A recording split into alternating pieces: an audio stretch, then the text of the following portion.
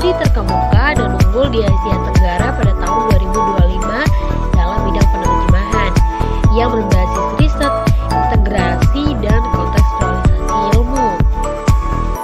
Secara umum, penyelenggaraan program studi terjemah di Fakultas Adab dan Humaniora bertujuan untuk menghasilkan sarjana yang memiliki keterampilan profesional di bidang penerjemahan yang dijiwai oleh ajaran-ajaran dan nilai-nilai keislaman, keindonesiaan, dan kemanusiaan. Ngomong-ngomong tentang penerjemahan, kita pasti banyak bertanya-tanya, ada nggak ya aplikasi atau CAT tools, Computer Aided Translation Tools, yang bisa menyimpan hasil terjemahan kita secara terperinci? Ada nggak ya? So, pada video kali ini kami akan mempresentasikan tentang dua CAT tools yang kami rekomendasikan dan sangat membantu dalam penerjemahan, yaitu aplikasi MemoQ dan juga Trados. Sebelum itu, video ini dibuat untuk memenuhi tugas ujian akhir semester pada mata kuliah penerjemahan teks administrasi dengan dosen pengampu Muhammad Zaki Mubarok, MA. So, let's check it out.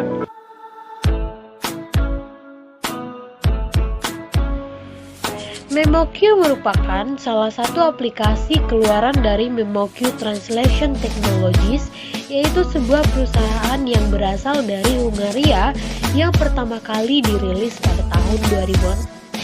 MemoQ Translator Pro merupakan sebuah alat bantu penerjemahan atau Computer Assisted Translation Tools (CAT tools) yang berjalan pada sistem operasi Microsoft Windows, yang dirancang untuk meningkatkan produktivitas dan kualitas bagi semua orang yang melakukan, mengedit, dan meninjau terjemahan.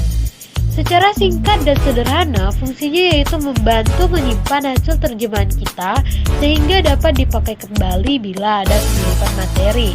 Selain menyimpan hasil terjemahan, program ini juga membantu agar terjemahan kita konsisten dan minim kesalahan ketik, karena aplikasi ini dapat melakukan pemeriksaan quality assurance atau QA, semisal apakah ada kalimat yang belum diterjemahkan, apakah ada spasi sebelum tanda baca, atau memeriksa spasi ekstra setelah titik, dan lain sebagainya.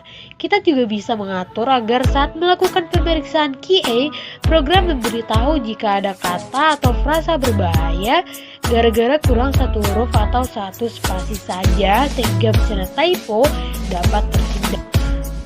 For your information, untuk MemoQ Translator Pro dibanderol dengan harga €620 atau $770 atau kurang lebih sekitar Rp9.530.000.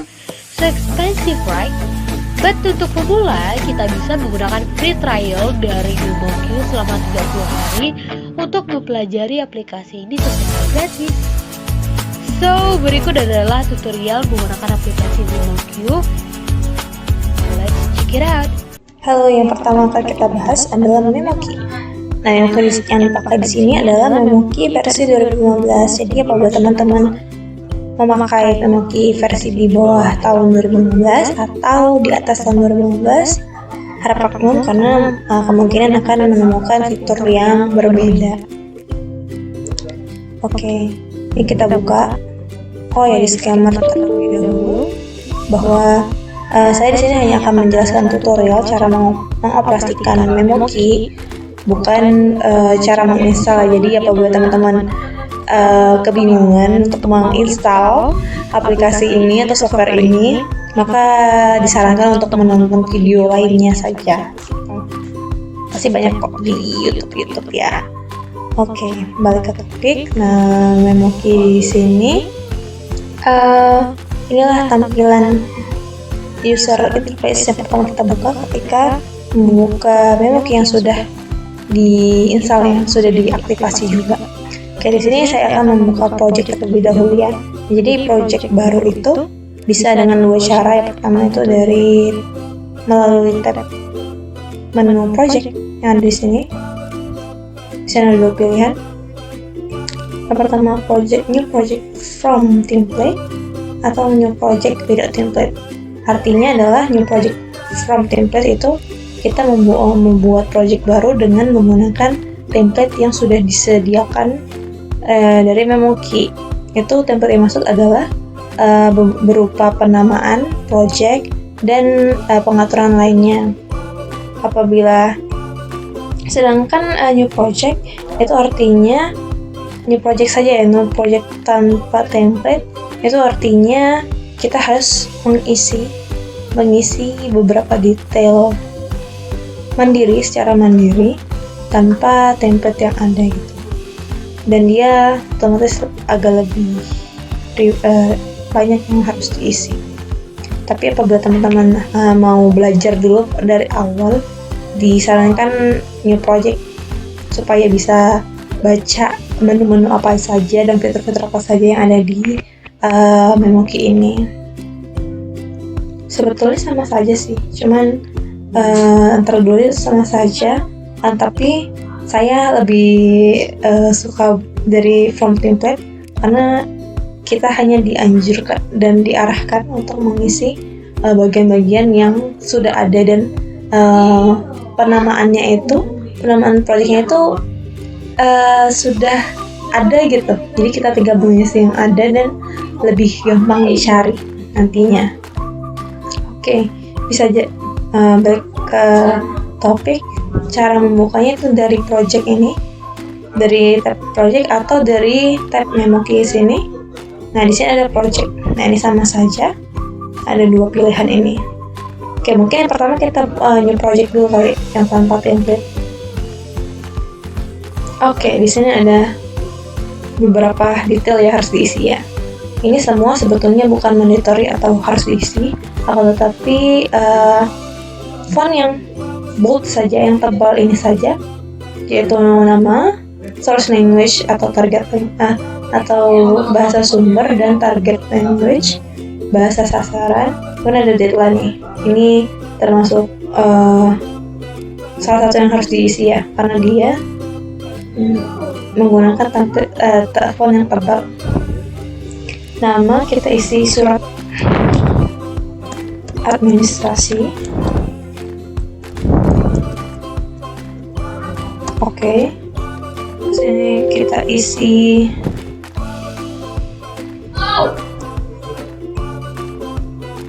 bahasa sumbernya adalah bahasa Indonesia. Kemudian bahasa Arab.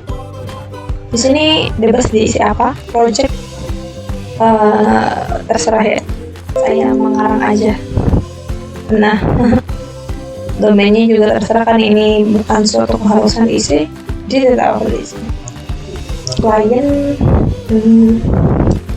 mana? Kalau di sini project was aja. Oke, kita isi yang perlu diisi saja kali ya. Terus untuk deadline kita tandai besok deh. Oke. Setelah itu kita next.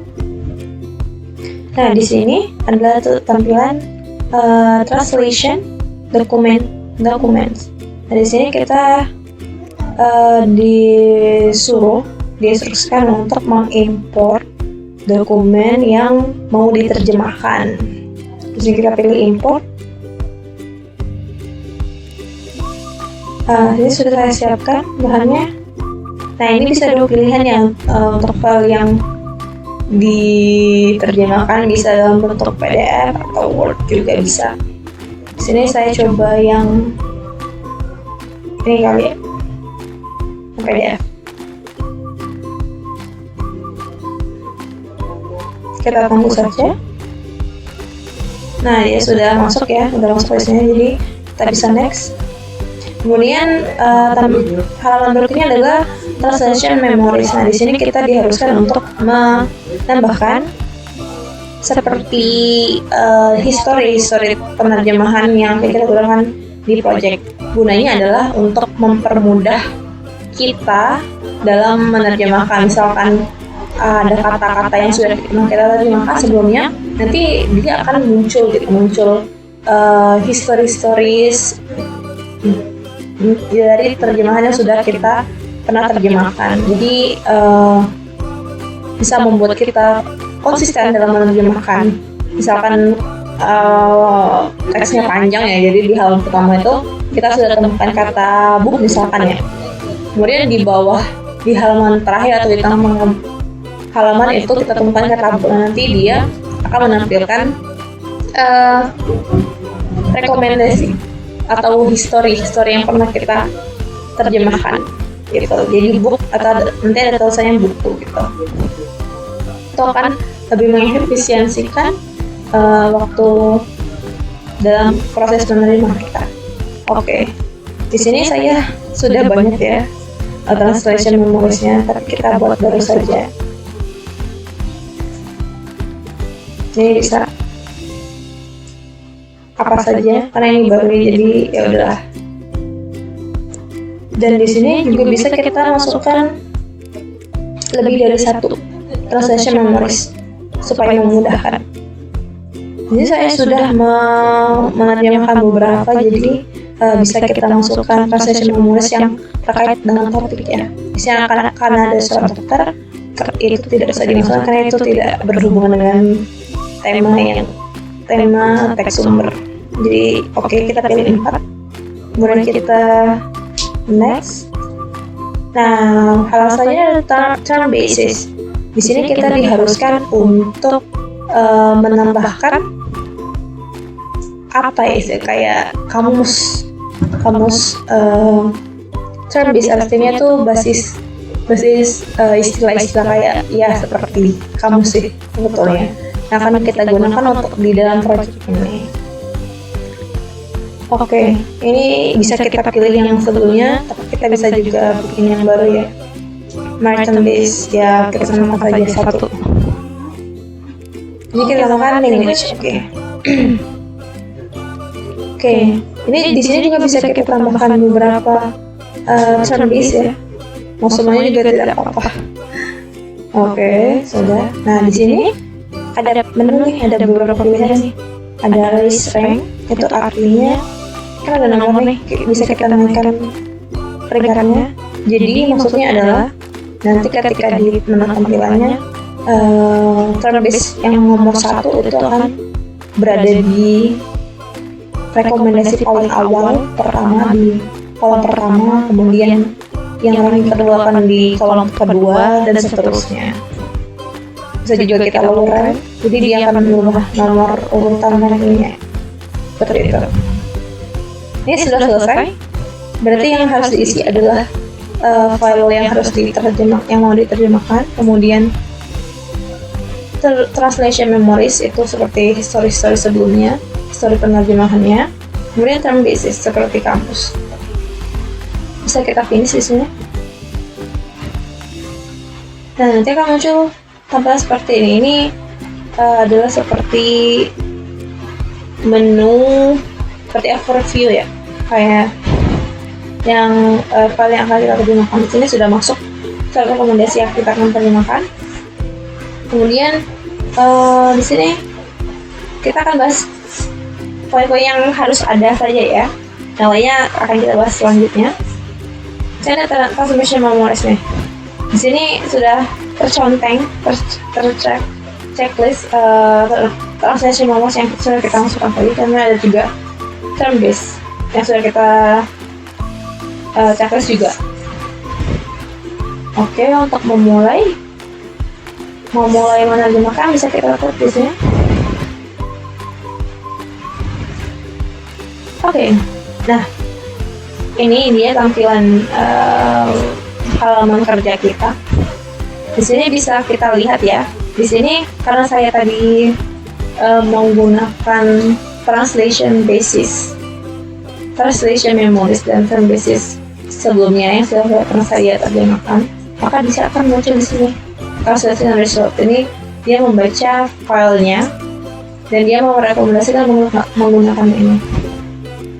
Apabila tadi kita tidak menggunakan translation memories atau term base yang sudah ada, atau kita baru dalam menggunakan software ini, maka tampilan ini tidak akan ada. Jadi kita harus menerjemahkan dari awal sekali. Ini hukum kita coba terjemahkan satu dulu ya. Hukum Budilia,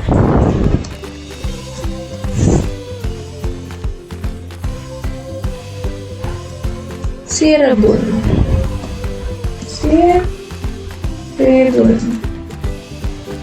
pemerintah Kabupaten Cirebon. Perlu diperhatikan juga ini tabnya harus kita copy ya supaya tampilannya akan sama dengan teks aslinya. Oke, kita copy. Kita copy dulu semuanya ya. Oke. Lalu ini kita hapus dan kita ketikkan yang tadi.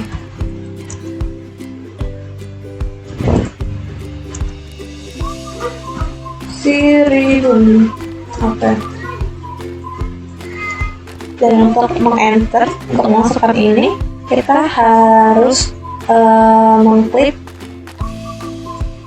ini tombol confirm ini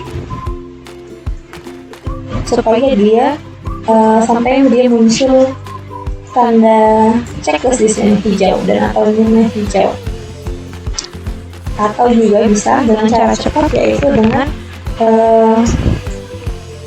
menekan tombol di keyboard itu Ctrl plus Enter seperti itu, supaya lebih gampang saja dan lebih cepat ya. Nah, begitu caranya. Jadi semuanya akan kita terjemahkan seperti tadi ya. Kita ketikkan terjemahannya, kemudian klik confirm di sini, atau bisa menekan tombol Ctrl plus Enter sampai dia hijau, sampai dia muncul tanda plus di sini. Kalau masih merah seperti ini, silang merah ini, berarti belum ternyata. Nah, di sini juga muncul nih kecamatan Gresik. Nah, dia GGC. Nah, ini dia muncul sendiri, kita enter karena sudah ada translation nomor sebelumnya. Jadi aplikasi ini memudahkan sekali supaya kerja kita lebih cepat gitu. Ini bisa kita langsung enter saja.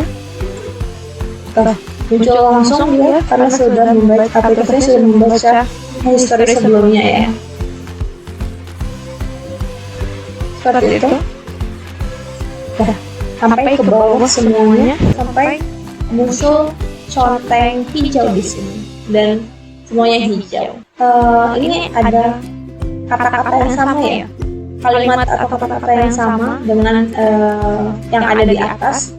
Nah, dia secara otomatis masuk juga di kalimat yang ada di bawahnya. Ini padahal kita tadi hanya memasukkan ini Kepala Desa Jayapura Kidul. Di sini sudah tadi kita confirm, kemudian di bawahnya langsung muncul dan sudah langsung terconteng hijau. Sangat memudahkan sekali. Oke, akan kita lanjutkan ini dengan dipercepat.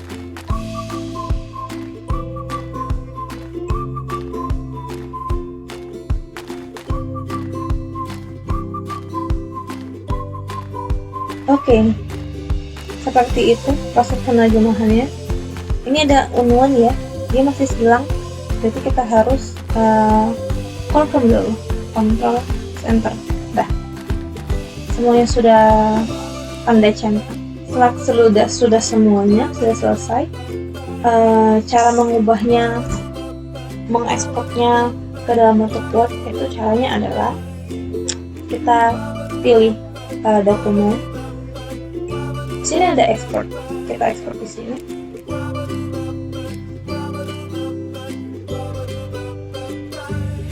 Di sini karena sudah ada, kita kopikan saja. Dan dia akan langsung mentis terbuka. Dia langsung terbuka Word-nya. Tapi salah satu kelemahan di sini adalah bentuk formatannya agak berantakan dan agak berbeda jika kita bandingkan dengan file aslinya.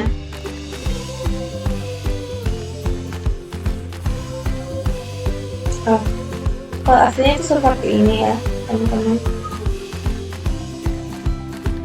Sedangkan Word hasil eksportan tadi itu seperti ini, agak berantakan, jadi kita harus merapikannya terlebih dahulu.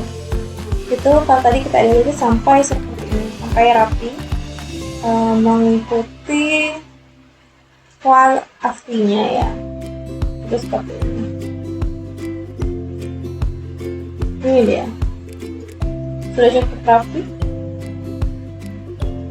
Kita ikuti saja formatnya seperti file aslinya. Balik ke Memoki tadi. Untuk menutup project ini, sebelum kita harus simpan dulu supaya bisa kita akses lagi ya, dengan Ctrl Save, Ctrl S di keyboard. Dengan Ctrl S di keyboard, atau di sini bisa save file dokumen. Sudah, dia tersave. Untuk menutupnya, untuk menutup project ini, kita bisa langsung di sini post project, atau di Memoki juga bisa exit. Post project di sini. Kita post saja. Dan kita akan kembali ke dashboard, dan yang tadi kita terjemahkan surat administrasi I2 sudah di sini. Dengan progres 100%, deadline-nya adalah 28 Desember, project was, dan klien Anda seperti yang kita masukkan tadi. Nah, di menu dashboard ini sendiri saya ingin menampilkan sesuatu dan memiliki sesuatu. Apabila kita ubah to row view seperti ini di tampilan ini, dia akan merubah tampilannya supaya agar lebih menarik ya. Ini berubah, tapi terlihat suara juga. Kemudian ketika kita klik menu detail, kita pilih satu. Nah, di sini akan tampil detail dari project yang sudah dibuat. Seperti yang barusan kita buat, itu project UAS. Kliennya adalah Ana, kemudian dibuat pada tanggal 27 Desember, pukulnya seperti ini. Kemudian deadline-nya seperti yang kita set tadi, yaitu 28 Desember. Pilih project dan seterusnya. Oke. Di sini juga menampilkan finance, yaitu upah ya dari project yang sudah dilakukan. Tapi karena kita sini tidak bisa ditutup, tidak. Dari sini juga bisa kita urutkan tampilan dashboard ini. Bisa dari progresnya, bisa berdasarkan deadline terbarunya, deadline sudah buka, kemudian dari bahasanya, dan dari project, domain, klien, subject, kreatif, tanggal dibuatnya, kemudian bisa juga yang terakhir akses dan lokasinya. Ya, mungkin demikian yang dapat dijelaskan untuk tutorial Memoki. Memoki ini sangat memudahkan sekali ketika kita menemukan kata-kata yang sama, dan dia akan otomatis menerjemahkan seperti apa yang sudah diterjemahkan di proyek sebelumnya atau file sebelumnya. Demikianlah tutorial cara menggunakan aplikasi Memoki. Selanjutnya, let's move on to SDL Trados. Trados merupakan salah satu aplikasi penerjemahan atau yang sering kita kenal dengan CATTools atau Computer Aided Translation Tools, yang mana aplikasi ini juga beroperasi pada Microsoft Windows. Trados awal dirilis pada tahun 1994 di Stuttgart, Jerman. Akan tetapi seiring dengan perkembangannya, selanjutnya Trados diakuisisi oleh perusahaan SDL sehingga namanya berubah menjadi SDL Trados. Sama seperti Memoki, aplikasi Trados juga berfungsi untuk menyimpan hasil terjemahan. Selain itu, Trados juga dapat mengimpor berbagai jenis berkas untuk diterjemahkan, mulai dari beragam format Office, Microsoft Word, OpenOffice, PDF, XML, HTML, PO, dan lain teknologi. Trados juga dapat menyimpan kamus terminologi serta glosari sehingga istilah yang sering kamu gunakan akan secara mudah, cepat, dan tepat disisipkan ke dokumen yang sedang dikerjakan, dan masih banyak lagi fitur lain. For your information, untuk SDL Trados Studio Freelance dibanderol dengan harga $825 atau kurang lebih sekitar $9.890.000. So expensive, right? But untuk pemula, Kita bisa menggunakan free trial dari SD Trados selama 30 hari untuk mempelajari aplikasi ini. So, berikut adalah tutorial menggunakan aplikasi Trados. Let's check it out. Sini ada aplikasinya, mari kita buka dulu.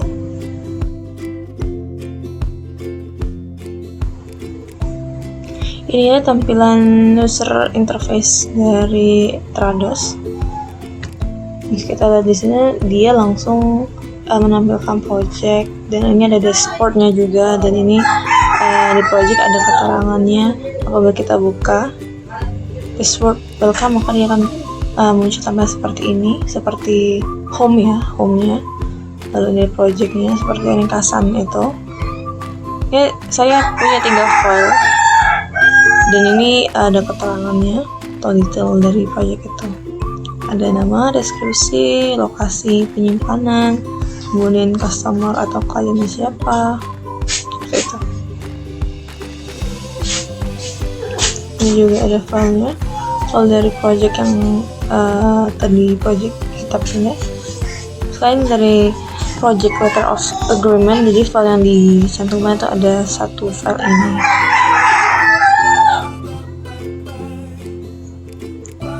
Ini translation memorinya mirip seperti yang di memo kit ini. Ini untuk tampilan editor. Apabila kita pilih salah satu project ini dan kita buka, akan muncul tampilan editor seperti ini misalnya. Kita buka, tuh, dia akan menampilkan dengan halaman editor. Jadi tinggal diedit saja.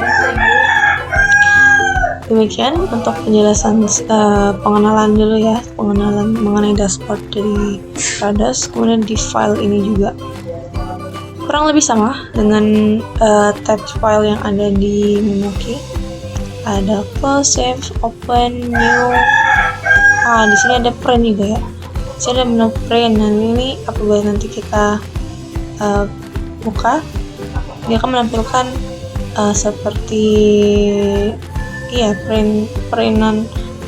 tampilan peringan dari project kita pilih. Jadi dia kiri kanan ya. Oke. Atau apabila kita pilih salah satu, kita buka dulu. Nih, lalu kita buka print and view. Di sini ada menu view in. Nah, di sini kita bisa pilih sama seperti export juga, bisa untuk Word ke dalam Word sebagai sumber atau Word sebagai target. Jadi kita pilih Word sebagai target, dan dia akan menampilkan hasil terjemahan yang sudah kita terjemahkan ke dalam bentuk Word seperti ini. Ini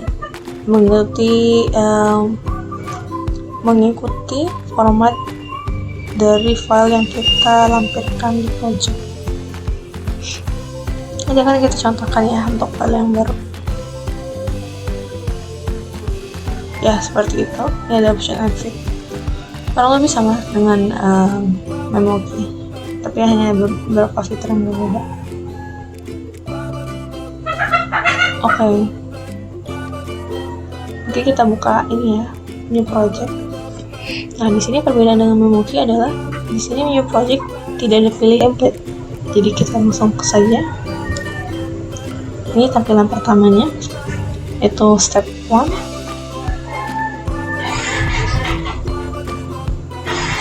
Ya, yang kita default saja. Project nama misalkan ya project 1 saja ya. Project name project 1.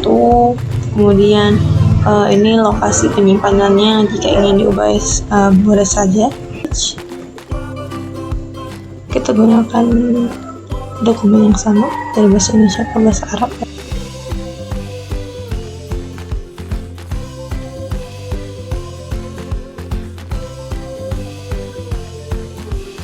Kita masukkan dulu filenya. Di sini kita gunakan file yang sama. Oke, dia sudah masuk. Kemudian kita pilih. Oke, di sini ada project deskripsi. bisa diisi ataupun tidak diisi. Apakah akan memperbolehkan kita mengedit teks sumber atau tidak?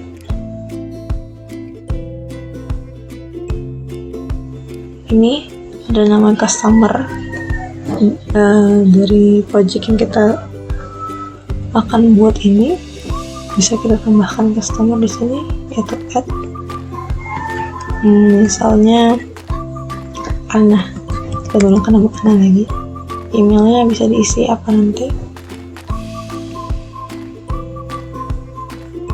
Oke, udah close. Terus kita pilih Ana. Ini setting tanggal deadline-nya, kita deadline tanggal hari ini saja, pukul 6. Ini tidak perlu. Nah, ini kemudian translation research. Ini bisa kita pilih. Ini ada translation research yang sebelumnya, file yang sudah sebelumnya saya terjemahkan. Bisa kita pilih atau mau bikin baru atau menggunakan yang lain juga bisa. Ada beberapa pilihannya. Jadi coba kita buat translation memory yang baru. Oke, dari bahasa Indonesia ke bahasa Arab. Oke, ini kita finishkan saja. Nah, kita bisa gunakan ini. Ini perbedaan dengan memoki yang tadi. Kalau di Trados dia hanya bisa menggunakan satu translation memory. Dan kalau di memoki lebih dari satu translation memory dan term base. Masukkan term base. Ini bisa kita create atau gunakan. Ini ada beberapa pilihan bantuan. Bisa dibuat yang baru atau juga tidak. Di sini saya memilih untuk tidak menggunakan. Ini tentang group share. Kalau kita tidak ada, kita nextkan saja. Cukup kita biarkan default saja. Default juga saja. Summary dari beberapa pengaturan yang sudah dibuat tadi. Setelah itu finish. Dan kita tunggu saja sampai dia 100%. Di sini ada beberapa pilihan.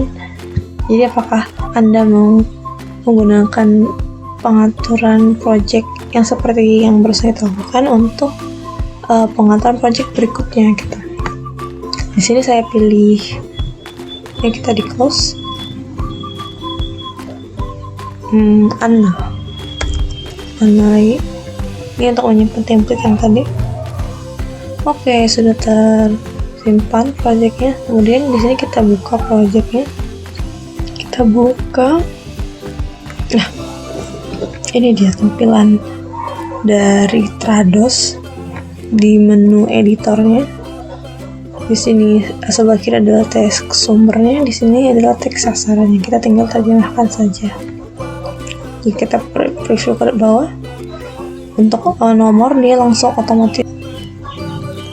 Sebaiknya kita copy saja supaya nanti hasil terjemahan bentuk wordnya sama atau mirip dengan teks sumber. Oke, jadi kita confirm. Sama seperti di menu kita tadi, kita harus mengconfirm. Kita terjemahkan seperti itu sampai ke bawahnya nanti. Sama caranya kita terjemahkan satu persatu sesuai yang ada teks sumber, kemudian kita confirm ya sampai habis.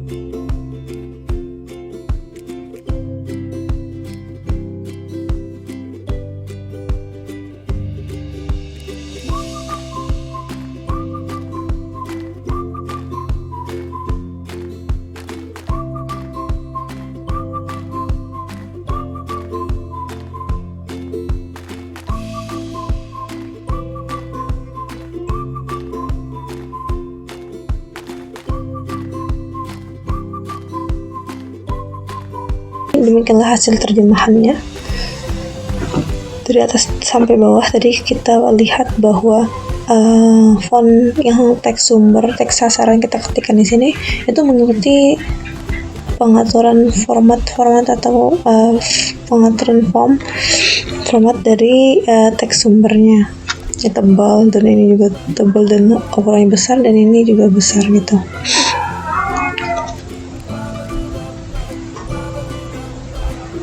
Ini bisa kita tambahkan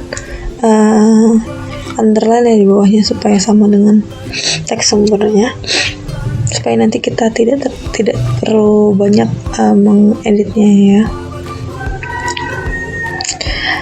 Ketika kita sudah mengetikkan di sini tadi di atas, bagian atas, kata-kata dari teks sumber, kita lihat tadi bahwa di bagian bawah sini apabila muncul kata yang sama, maka Trados akan secara otomatis menerjemahkannya sesuai dengan history yang sudah dilakukan sebelumnya. Dan ini sangat berguna untuk menjaga konsistensi dari terjemahan kita, dari penggunaan diksi yang kita gunakan di penerjemahan. Oke, setelah ini bisa kita ubah ke dalam bentuk Word seperti yang tadi.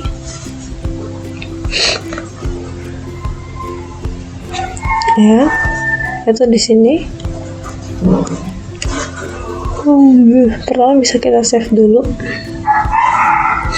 terus save as target juga bisa. Nih langsung muncul bentuk dokumen ya, atau otomatis kita bisa print and view in-nya seperti yang sudah kita coba tadi, yaitu Word as target. Itu menunjukkan hasil terjemahan. Apabila kita klik yang ini, maka akan muncul teks sumbernya. Tuh teks sumbernya. Sedangkan ini adalah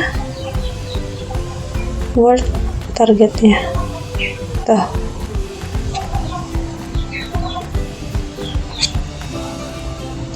Coba kita bandingkan dengan ini ya, dengan save target tadi. Save target as Word, kita masukkan di sini ya, kita save projectnya. Sudah, lalu kita cari di folder Studio 2019, kemudian kita pilih project dan pilih tadi kita project 1. Nah, ini dia.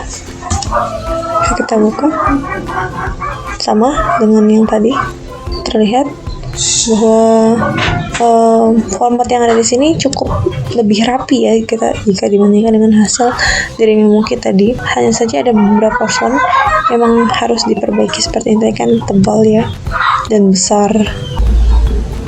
Bisa kita save. Ini teks Indonesianya.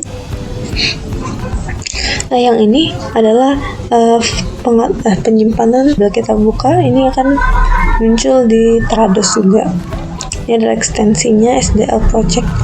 Kemudian yang ini tadi tambah bisa kita berikan kepada teman kita apabila menggunakan coding yang sama, supaya itu lebih memudahkan dan juga berfungsi ketika kita berganti device. Kita bisa copy filenya dan kita paste di device satunya lagi dan kita buka di sana, maka tidak perlu mengulang pekerjaan kita. Jadi cukup membuka ini dan mengedit-ngeditnya lagi. Ya, demikian cara mengeluarkannya adalah hanya mengklik welcome atau project yang di sini tanpa harus mengeluarkan satu persatu ya. Jadi kita lebih fleksibel dalam bekerja. Dan tampilannya juga kalau dibandingkan dengan Memoki tadi, ini tampilan user interface-nya lebih modern ya daripada Memoki. Lalu juga tampilannya lebih padat dan ringkas dibanding Memoki. Tapi kalau kita bandingkan juga yang digunakan Trados di sini adalah versi 2019, sedangkan Memoki tadi 2015. Tapi secara keseluruhan, menurut info yang saya dapatkan bahwa Trados ini lebih sering digunakan oleh para penerjemah di seluruh dunia dibandingkan Memoki. Demikianlah tutorial cara menggunakan aplikasi Trados.